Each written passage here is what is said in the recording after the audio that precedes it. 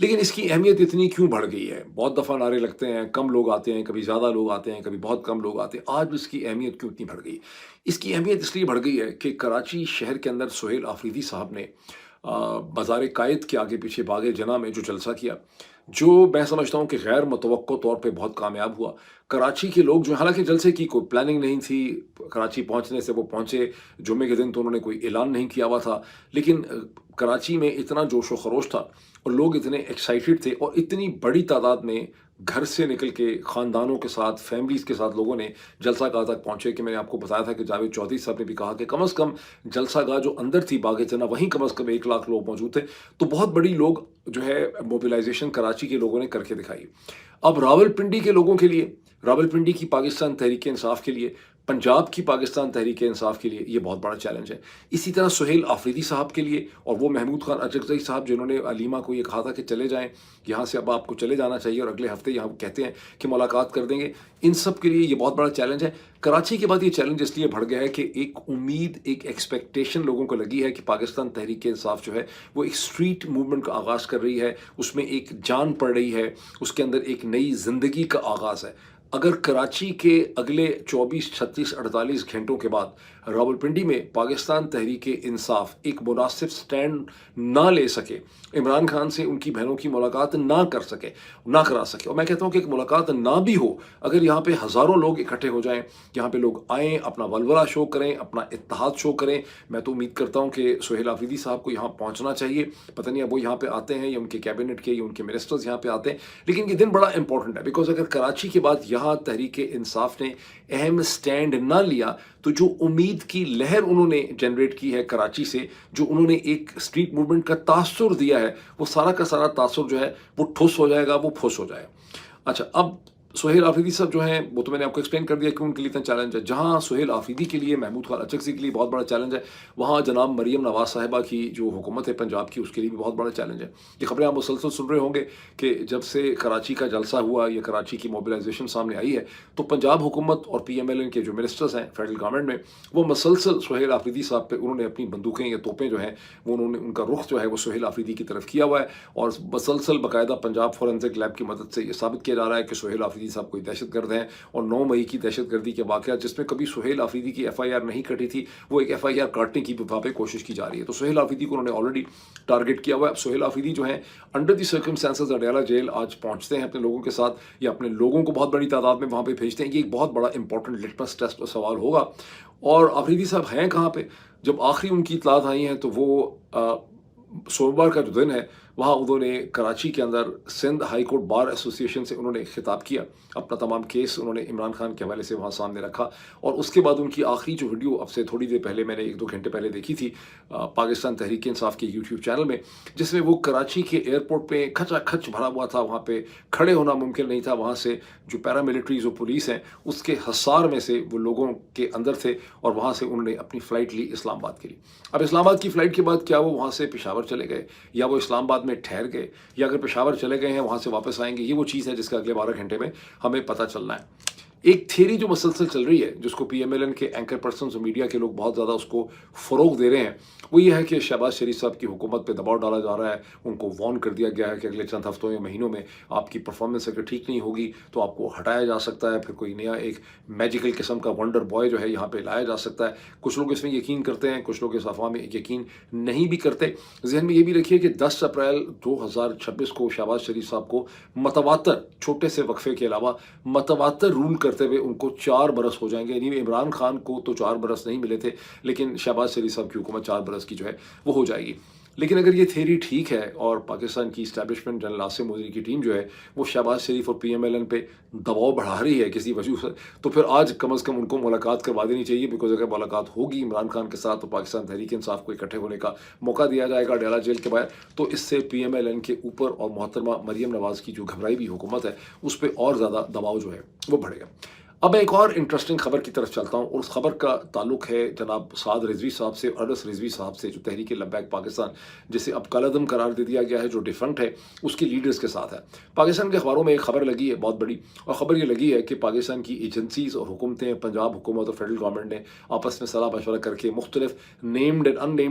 Named ہی ہیں سارے ان named officials کو کوٹ کرتے ہوئے ڈان میں اور اخباروں میں یہ خبر لگی ہے کہ سعد رضوی اور انس رضوی جو ہیں وہ حکومت اور ایجنسیز کے پاس نہیں ہیں، وہ کہیں چھپے ہوئے ہیں، وہ آزاد کشمیر کی پہاڑیوں میں۔ اس کا بیک گراؤنڈ کیوں اچانک یہ خبر ان کو لگوانی پڑ گئی؟ خبر اس لیے لگوانی پڑ گئی کہ چند دن پہلے تحریک لبیک پاکستان جو ڈیفنکٹ ہے اس نے ایک سٹیٹمنٹ ایشو کر دی۔ انہوں نے کہا کہ سعد رضوی اور انس رضوی جو ہیں وہ پاکستان کی ایجنسیز، اور جب ایجنسیز کہا جاتا ہے تو اس کا مقصد یہ ہوتا ہے کہ آئی ایس آئی کی وہ ڈیٹینشن میں ہے اور آئی ایس آئی کے پاس ہے۔ اب اس پہ 2-3 دن میں یہ جواب اکٹھا کیا گیا ہے، جس میں پنجاب حکومت کے آفیشلز وفاقی حکومت کے آفیشلز کو کوٹ کرتے ہوئے ان سے بات کر کے کہتے ہیں کہ کسی بھی ایجنسی کے پاس، آئی ایس آئی، ایم آئی، کسی بھی ایف آئی اے، کسی بھی ایجنسی کے پاس سعد رضوی انس رضوی نہیں ہیں، اور ان کو قیاس یہ ہے کہ سعد رضوی اور انس رضوی جو ہیں وہ پنجاب سے آزاد کشمیر فرار ہو چکے ہیں اور آزاد کشمیر کی پہاڑیوں میں انہوں نے پناہ لی ہوئی ہے۔ یہ سوال پوچھا گیا کہ کیا وجہ ہے کہ اتنے مہینے گزر گئے تو پاکستان کی ایجنسیز جو ہیں وہ ان کو آزاد کشمیر سے درآمد یا برآمد یا دریافت جو ہیں وہ کیوں نہ کر سکیں، ڈسکور کیوں نہ کر سکیں؟ تو اس کا جواب جو ہے وہ سرکاری آفیشل یہ دیتے ہیں کہ سعد رضوی اور انس رضوی جو ہیں انہوں نے اپنے فون جو ہیں وہ بند کیے ہوئے ہیں، جس وجہ سے ان کی کوئی ٹریکنگ یا ٹریسنگ جو ہے وہ نہیں ہو رہی۔ یہ اتنی بوگس ایکسپلینیشن ہے آزاد کشمیر والی۔ آزاد کشمیر کا ٹوٹل رقبہ جو ہے وہ صرف 5000 میل ہے،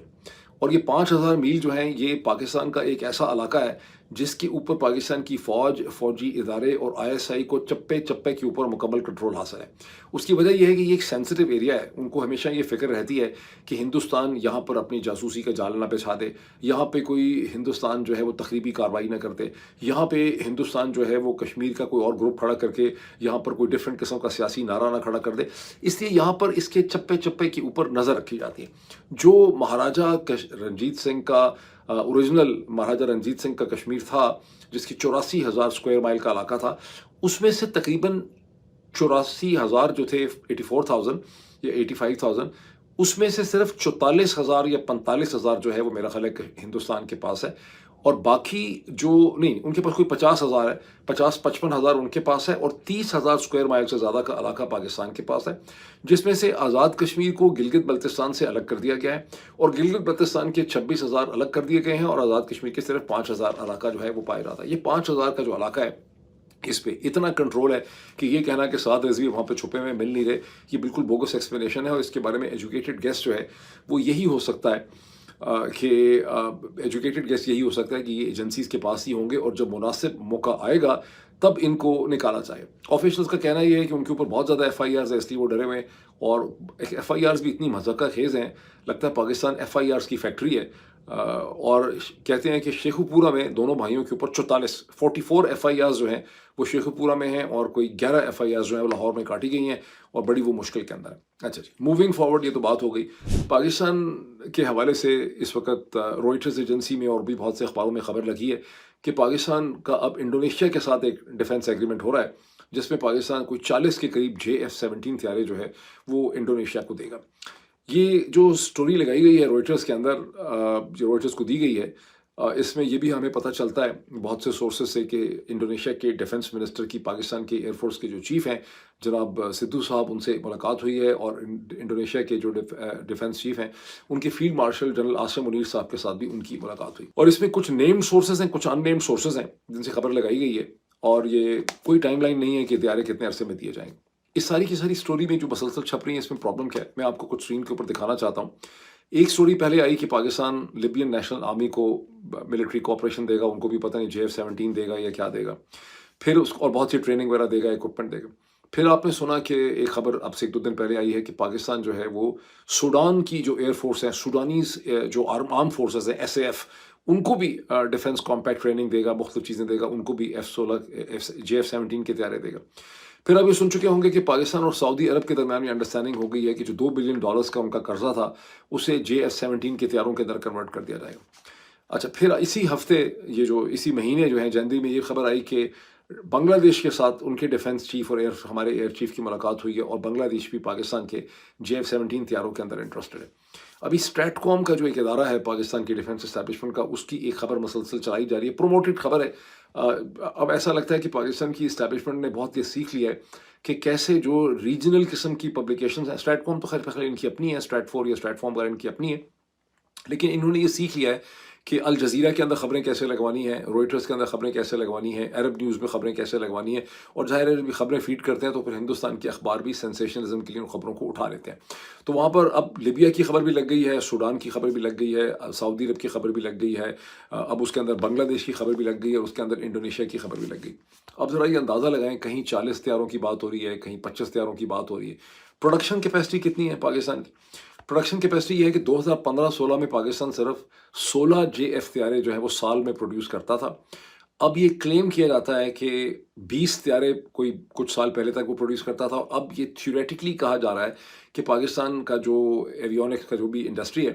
وہ 25 طیارے سال میں JF-17 پیدا کر سکتا ہے، پروڈیوس کر سکتا ہے چین کی مدد سے. اور اس میں سے 58% اس کی مینوفیکچرنگ کے جو بھی ہوتے ہیں پارٹس وہ پاکستان کے پاس ہوتے ہیں، پاکستان اس میں کنٹریبیوٹ کرتا ہے، اور 42% جو ہے اس میں چائنا جو ہے وہ کنٹریبیوٹ کرتا ہے، اور فائنل اسمبلی اس کی پاکستان کے اندر ہوتی ہے. یہ سب کچھ بہت ہی امپریسو لگتا ہے، لیکن یہ پرابلم اس میں کھڑا ہوتا ہے جب آپ کو یہ پتہ چلتا ہے کہ پاکستان کے اندر جو کار کے پلانٹ لگے ہوئے ہیں، جاپنیز، سوزوکی، ہونڈا، ٹوئٹا ووئٹا، سارے جتنے بھی لگے ہیں، کہ سارے صرف کاریں اپنے 30 سے 40 سال کے بعد صرف کاریں اسمبل کرتے ہیں، اور ان کے جو انجن ہے وہ CKD کنڈیشن کے اندر جاپان سے آتے ہیں. اسی طرح کی جو JF-17 ہے اس کا بھی انجن جو ہے یہ نہ پاکستان بناتا ہے نہ چین بناتا ہے، اس کا انجن ایک رشین قسم کا ہے میرا خیال ہے، اور وہ بھی ابھی تک شاید رشیا سے ہی وہ انجن جو ہے وہ چین کو ملتا ہے اور آگے پاکستان کو ملتا ہے. اس سے آپ یہ اندازہ لگائیں کہ جو سٹوریز پش کی جا رہی ہیں اس میں ریئلٹی کتنی ہے اور اس کے اندر فکشن کتنی ہے. اس میں زیادہ پاسبلٹی ہے کہ اس پورے آئیڈیا کو کہ پاکستان ڈیفنس ایکوپمنٹ بیچے گا، اور اسٹریٹ کام وغیرہ کی جو سٹوری لگائی گئی ہے وہ تو یہ لگائی گئی ہے کہ لیبیا، سعودی عرب، متحدہ عرب امارات، آذربائیجان، کردستان، انڈونیشیا، ملیشیا، پتہ نہیں کون کون سے دنیا کے جو ملک ہیں تھرڈ ورلڈ کے، وہ سارے کے سارے JF-17 کے طیاروں کے اندر انٹرسٹڈ ہو گئے. اس میں کلیئرلی کچھ ہوں گے، ڈیفینیٹلی اس میں کوئی شک نہیں ہے کہ بات چیت ہوئی ہوگی، ایک زبانی بات چیت ہوئی ہے. کہیں پر بھی آپ کو کوئی ایکچوئل کانٹریکٹ کا نہیں پتہ چل رہا کہ کیا کوئی کانٹریکٹ جو ہے پاکستان سعودی عرب کا، پاکستان انڈونیشیا کا، پاکستان بنگلہ دیش کا، پاکستان سوڈان کا، پاکستان لیبین نیشنل آرمی کا کوئی کانٹریکٹ بھی ایگزسٹ کرتا ہے. تو اس میں آپ کو ایک مارکیٹنگ کا ایلیمنٹ جو ہے بہت زیادہ نظر آ رہا ہے. حقیقت اس کی کیا ہے وہ تب آپ کو پتہ چلے گا جب پاکستان JF-17 کسی کو اگلے 1 سال یا 2 سال میں بنا کے ان کو دے گا. اس میں ایک اور بھی ایلیمنٹ ہے سوچنے والا، وہ ایلیمنٹ یہ ہے کہ جو پاکستان کو اپنی مینوفیکچرنگ اسمبلی کرنی ہے JF-17 کی، اس کی پاکستان کو خود اس لیے ضرورت ہے کہ اس کے جو اپنے ایجنگ طیارے ہوتے ہیں ان کو بھی ریپلیس کرنا ہے، ان کی جگہ نئے طیارے بھی لے کر آنے ہیں. تو اپنے بھی طیارے ریپلیس کرنے ہیں، سعودی عرب کو بھی دینے ہیں، سوڈان کو بھی دینے ہیں، لیبیا کو بھی دینے ہیں، بنگلہ دیش کو بھی دینے ہیں، انڈونیشیا کو بھی دینے ہیں. آپ خود اندازہ لگا لیں کہ اس میں کتنی ایک حقیقت جو ہے اس پوری خبر کے اندر ہے. اب آئیں ایران والی صورتحال کے اندر جو خاصی انٹرسٹنگ ہے. اب سے چند گھنٹے پہلے امریکہ کے صدر ڈونلڈ ٹرمپ نے یہ اعلان کیا کہ انہوں نے فوری طور پر ایک ایگزیکٹو آرڈر ایشو کیا ہے، اور ایران کے جتنے بھی ٹریڈنگ پارٹنرز ہیں، جو امریکہ کے بھی ٹریڈنگ پارٹنرز ہیں، وہ ان کے اوپر فوری طور پہ 25% کی اضافی ٹریڈ ڈیوٹی لگائی جا رہی ہے اگر وہ ایران کے ساتھ ٹریڈ کریں گے. دیکھنے میں بڑا طاقتور یہ لگتا ہے. مین ٹریڈ پارٹنرز کون سے ہیں؟ ایران کے مین ٹریڈ پارٹنرز میں چین ہے، متحدہ عرب امارات ہے، اس میں بیسکلی دبئی کے ذریعے ایران کا ٹریڈ ہوتا ہے، اس میں ترکی ہے، اور اس میں عراق ہے. 4 تو یہ مین ٹریڈنگ پارٹنرز ہیں. لیکن اس کے علاوہ جو سیکنڈری پارٹنرز ہیں ٹریڈنگ پارٹنرز ایران کے، اس میں جرمنی ہے، اس کے اندر ہندوستان ہے، اور اس کے اندر رشیا ہے. ان میں سے کسی نے اور اسٹیٹمنٹ نہیں دی، لیکن چین نے بڑی سخت اس میں اسٹیٹمنٹ دی ہے، اور چین کا کہنا ہے کہ دس از اے بوگس یونیلیٹرل ٹریڈ سینکشن، اور وہ اس کو بالکل ماننے سے انکار کرتا ہے، اور اس کی کوئی سینس نہیں ہے، اور اس سے دنیا کا ٹریڈ جو ہے وہ خراب ہوتا ہے. مطلب یہ ہے کہ اگر اس طرح کا کوئی ٹریڈ لگایا گیا واقعی 25% ڈیوٹی جو کہہ دی گئی ہے، تو چین بھی پھر اس کے جواب میں 25% ڈیوٹی لگائے گا. اب ایران کو مشکل میں ڈالنے کے لیے کیا امریکہ، جس نے بہت مشکل سے اپنے ٹریڈ کے معاملات چین کے ساتھ ٹھیک کیے ہیں، ابھی تک ہندوستان سے تو ٹھیک نہیں ہو سکے، تو کیا ہندوستان اور چین کے ساتھ مطلب ٹریڈ کا مزید جھگڑا جو ہے وہ ڈونلڈ ٹرمپ یہاں پہ پک اپ کرنا چاہتے ہیں؟ دس از اے ویری انٹرسٹنگ سوال. اصل میں کیا ہو رہا ہے جو مجھے سمجھ آئیے، اصل میں ہو رہا ہے کہ ڈونلڈ ٹرمپ کے اوپر زائنسٹ لابی کا بڑا سخت اور شدید قسم کا پریشر ہے کہ ایران کے اندر جو ایک انسرجنسی کی کیفیت ہے، یا ایک وہاں پہ حکومت کے خلاف موومنٹ چل رہی ہے، اس کو اسٹرینتھن کرنے کے لیے امریکہ اسرائیل کے ساتھ مل کے ایران کے اوپر سرجیکل سٹرائکس کرے، ایئر فورس کا استعمال کیا جائے، نیول ایسٹ کا استعمال کیا جائے، وغیرہ وغیرہ. اور امریکہ کے صدر جو ہیں وہ تذبذب کا شکار ہیں کہ یہ کرنا ہے کہ نہیں کرنا. میں نے پچھلے ویلوگ میں آپ کو بتایا تھا کہ دسمبر کے آخر میں جو اسرائیل کے پرائم منسٹر کی امریکہ کے صدر کے ساتھ ملاقات ہوئی ہے، اس میں بھی اب سمجھ آتی ہے کہ پرنسپل ایجنڈا یہ تھا، لیکن اب اس کے راستے میں رکاوٹیں حائل ہوتی چلی جا رہی ہیں.